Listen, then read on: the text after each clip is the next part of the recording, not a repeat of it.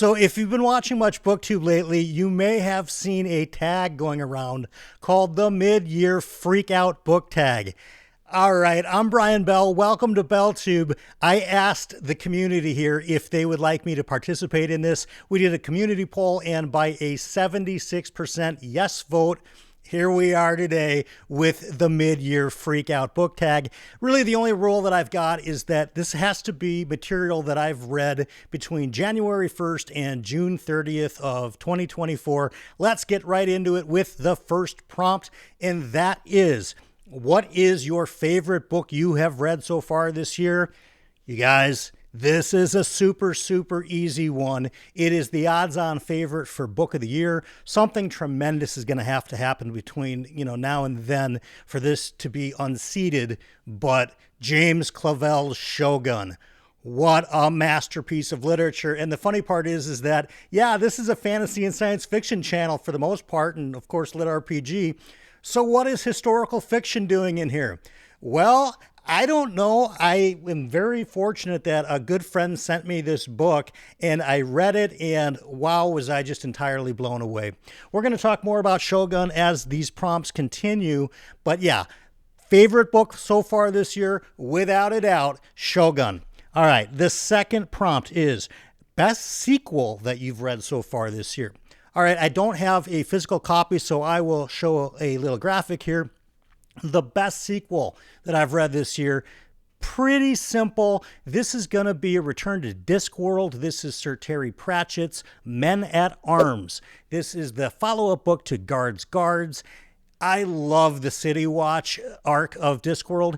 If you've watched this channel much, you know that I generally don't DNF books. And as a matter of fact, I've really only DNF'd one in my life, and it happens to be The Color of Magic, which is the first book in the publication order of Discworld. But several years later, I got into Guards, which was last year. And this year, I picked up Men at Arms. And not only did I enjoy it, it was actually my book of the month a couple of months ago. So pretty easy win there for Sir Terry. Best sequel that I've read this year, for sure, Men at Arms. Let's move on to the third prompt, a new release that you haven't read yet, but you are very excited to.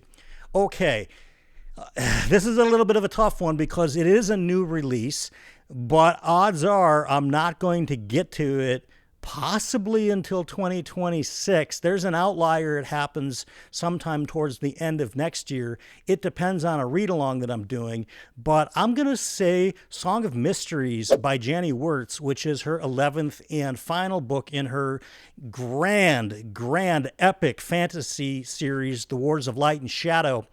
This is a book that I'm really interested in because I've heard such great things about the series, and it happened to come out relatively recently. So yeah, it's a new book that I'm excited about. When am I going to get to it? I'm not sure. The good news is that I'm doing a read-along with John from Talking Story and Jacob from Talking Story. He's going to be reading along every single word of this entire... He's not going to be reading any of it. Andrew from Andrew's Wizardly Reads, I think, might join us, as well as a few other booktubers. So I know I'm very excited to start The Wars of Light and Shadow in January. But yes, the third question of new release, Song of Mysteries, I will get to it sooner or later. All right, let's do the fourth prompt, and that is the most anticipated release for the second half of 2024. This is an obvious one. Everybody should be saying this. If they're not, I don't know what's wrong with them. But my most anticipated release for the second half of the year is obviously The Winds of Winter by George R.R. Martin. Yeah, okay, so fine. I'm an optimist. Maybe it's coming out. They ordered a cake. There was a dragon on it. I watched the Fantasy Network. Jimmy Nuts has some ideas that maybe it comes out in November. I don't know. I'm getting on the hype train. I'm going to say it comes out this year, but I will hedge my bet. In the unlikely event that my close personal friend George R.R. Martin does not publish The Winds of Winter still in 2024, fine, I'll go with Wind and Truth like everybody else. That's book 5 in the Stormlight Archive. It wraps up the first main section of Brandon Sanderson's epic fantasy. You know, he's talked about taking an 8 to 10 year break after this particular book, Wind and Truth. I don't know that I'll be, really up for reading another 5 Stormlight Archive books if they don't come out for, I mean, it's going to be between 10 and easily 20 years if he really does take that long of a break. But yeah, I am very excited to finish off this first part of Stormlight Archive, see where it all goes. That's the answer to that question. Let's move on to the next one, and that is prompt number 5. What is your biggest disappointment of a book this year? Okay, this is a little tricky too because I'm going to talk about a series that I both love and don't love simultaneously. This series started off as an adventure story for me with Empire of Silence. It moved into unbelievably cool space opera with some super weird elements with Howling Dark. It even expanded a little bit more into that with Demon in White. On any given day, Howling Dark and Demon in White, for me, are my favorite books in the Sun Eater. But when we talk about disappointments, I have to be honest and say it's Kingdoms of Death has been my most disappointing read of the year. Not necessarily because it's a bad book, because it's not. I mean, his talent level hasn't changed. I just didn't like the events of the book. Some sections, particularly the beginning, felt a little bit too similar to some stuff in the Book of the New Sun. And Christopher Rocky has been really clear that he wears his influences on his sleeve. He makes, no excuses for that, nor should he. But it felt a little bit too similar. And then the book just kind of gets into a depressing state for the majority, if not the totality of the book. And I have to say that while I'm not disappointed in the writing, I understand that every story has to have peaks and valleys in the emotional, flow of the book. It's just that Kingdoms of Death for me was all negative. And coming off of Demon in White, I was ready for another fantastically epic, exciting, fun read for myself, and I didn't get it in Kingdoms of Death. So that's going to get the most disappointing book for the year. Let's move on to the biggest surprise prompt. All right, here's the deal, you guys. In the event that any other booktuber on their own comes up with this answer, I will permanently shut down BellTube because I don't believe it's even feasibly possible. But my biggest surprise of the year, and you guys aren't even going to believe this, it's the worm Ouroboros. Now, you may be asking yourself, Brian, what the hell is the worm Ouroboros? Well, back in January, if you are new to the channel, I did something that I invented called the DNF Challenge, where I reached out to 7 of my favorite booktubers and asked them to give me a book that they DNF'd, that they did not finish, and let me read it. And that composed my entire TBR for the month of January. Now, leave it to the good doctor himself, Dr. Philip Chase, to come up with the most obscure book by a mile on this list, and that's The Worm Ouroboros. This was written in the 1920s. It predates Lord of the Rings. It's written more as an epic than it is more of a fantasy novel, and it reads like an epic, and it's a little confusing at parts, and it's just really outside the ordinary. But if you know me, I do kind of like outside the ordinary, and I was so pleasantly surprised that the book in January that I thought was going to be the clear winner of the worst book that I read was actually probably the best. Certainly the most surprising book. I actually enjoyed The Worm Ouroboros. An easy pick for the biggest surprise prompt. Let's move on to the next prompt, and that is favorite new author or favorite new author to me. All right, this is a pretty simple one. I have to say, this was the first year that I read a Malazan book. I read Gardens of the Moon a few months ago. So Steven Erikson is my favorite new to me author for 2024. Some of you may be asking, but Brian, you read To Rise of Hell's Chasm this year. Is Janny Wirtz not new to you? Yes and no. I have read some Janny Wirtz before with her work with Raymond E. Feist in the Daughter of the Empire series. So just by default, a new author to me is Steven Erikson. And wow, am I blown away by his skill level, his vision, just the intricacies of the complexities of the plots that he's putting together that I'm finding in book one. I can only imagine where it's going for the rest of the series.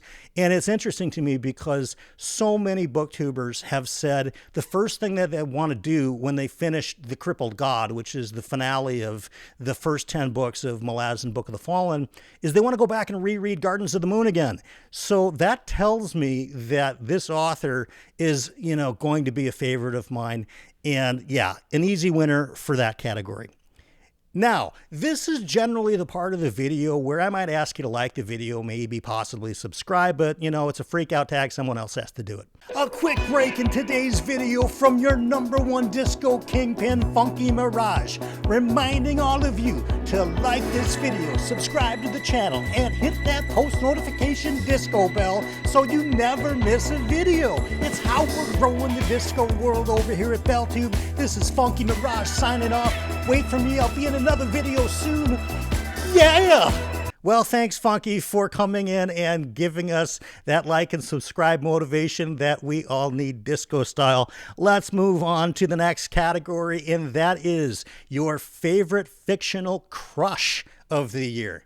All right, I have to be honest, I don't really get fictional crushes, but this year, we may have an exception to the rule. In fact, we do have an exception to the rule, and we are going with Mariko from Shogun. She is incredibly intelligent. She's so politically savvy. She's beautiful, at least on the adaptation. Just like the perfect tens in every category possible. Mariko is just fantastic as a character. I can't think of anything else that I've read this year that in terms of a fictional crush, yeah, we're going with Mariko. Let's move on to the next question, and that is our newest favorite character in a book. All right, this took a little bit of thought, but I've come up with Captain Rodrigo Belmonte from The Lions of Al Rasan by Guy Gavriel Kay. He is sort of a fictionalized concept of the real-life character El Cid.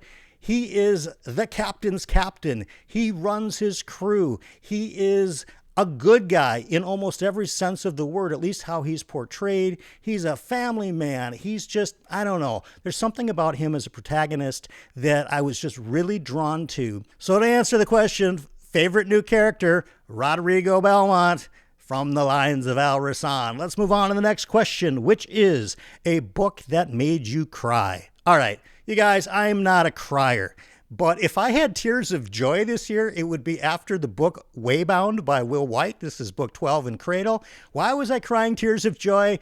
Because it was over, of course. Man, I don't like Cradle. And again, if you watch this channel, I am such an avid proponent of lit RPG. I've read hundreds of lit RPGs. Cradle's just not one that I liked. Tears of Joy, when I finished that series, I kind of read it as kind of like reading cred. I can't talk so much about lit RPG on this channel and have not read Cradle. I just felt like, so I got through all 12 books. Tears of Joy when I got done. But if we are talking about pure tears of sadness, I am going to go with a similar pick that I had earlier, and that's going to be Ashes of Man. This is the follow-up book to Kingdoms of Death. It's really interesting to me how I've got this series that I really do enjoy, Sun Eater, where I've got some of my favorite books and also some of my least favorite books. If you're unaware, Ashes of Man was really written along with Kingdoms of Death with the intention that it be one book. I don't know if the publisher split it in two or if the author, Christopher Rocchio, did, but it really is kind of a bummer of a book. At least it was for me. There are some events towards the end that I would consider the saddest moments in Sun Eater so far. I mean, it could always get worse at Sun Eater, right? Also, it could always get better because it's Sun Eater. But I really was not a giant fan of some of the events at the end of that. So sadness-wise, sure, I'm going to say Ashes of Man. Let's move on to the next book. And that is going to be, and I'm sorry if I'm sweating a little bit here today. I don't know why these lights are so hot. It could be the dew point here in Minneapolis is just like jungle right now, which is nuts because it's like negative 35 like 4 months ago. Anywho, let's talk about a book that made me happy. Gardens of the Moon made me happy. Why? Because it's not just a great book of literature. It's not just a great fantasy book. It made me happy because it gave me the reassurance that I'm going to really love Malazan Book of the Fallen. So they say that this book has kind of a high barrier of entry. It just drops you right in the middle of it, and you've got to sort it out for yourself what's going on. I had no problems with that. I loved this book. The character work was fantastic. I don't know where it's going, but I am excited for the ride. So not only did the book itself and the events within Gardens of the Moon make me happy, just kind of on a bigger level, I was really happy that I liked the first book of Malazan because it's given me lots of enthusiasm and lots of excitement for the rest of the series. Okay, let's move on to the next question, and that is the favorite book to film adaptation you saw this year.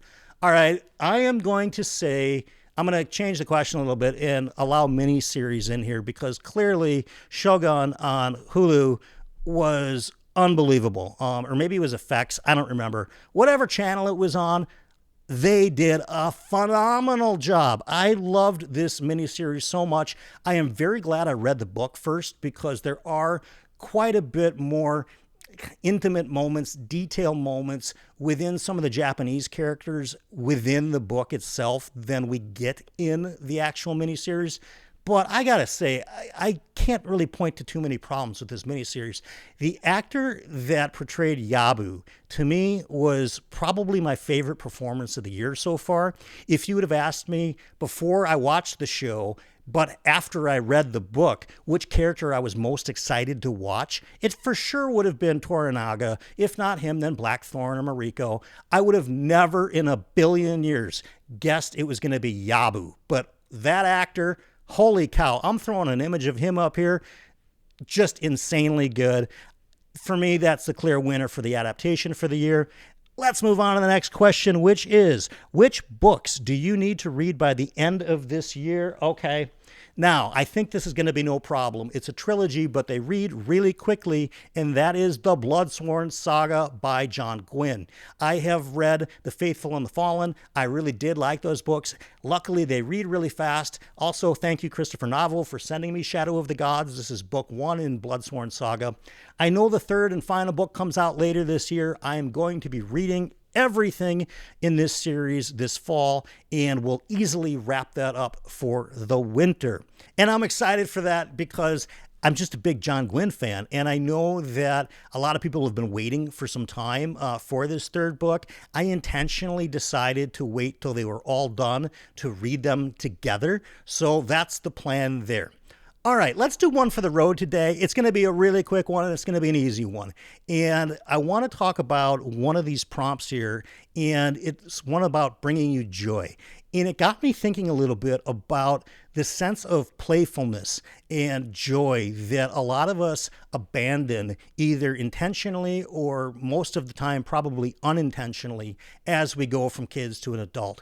And yeah, there's just a lot more of life going on, right? There's bills to pay. There's careers to think about. There's personal relationships that affect us. There's just a whole host of life things that are either distractions or they could be just negative things going on in the world that we get focused in on. And I think to some degree, we lose a sense of joy as we get a little bit older. And I wanted to use this one for the road today to just talk about how important it is to continue to keep some sense of joy in your life, regardless if you're 5 years old or if you're 95 years old. It makes us truly human beings, and it brings out elements within us that nothing else really does. A sense of playfulness, a sense of actual joy. Not just like, oh, I got a bonus at work, so I'm happy about it. Not that. Things that only you know for yourself bring you unfettered happiness, joy, and a sense of playfulness that you had when you were a kid.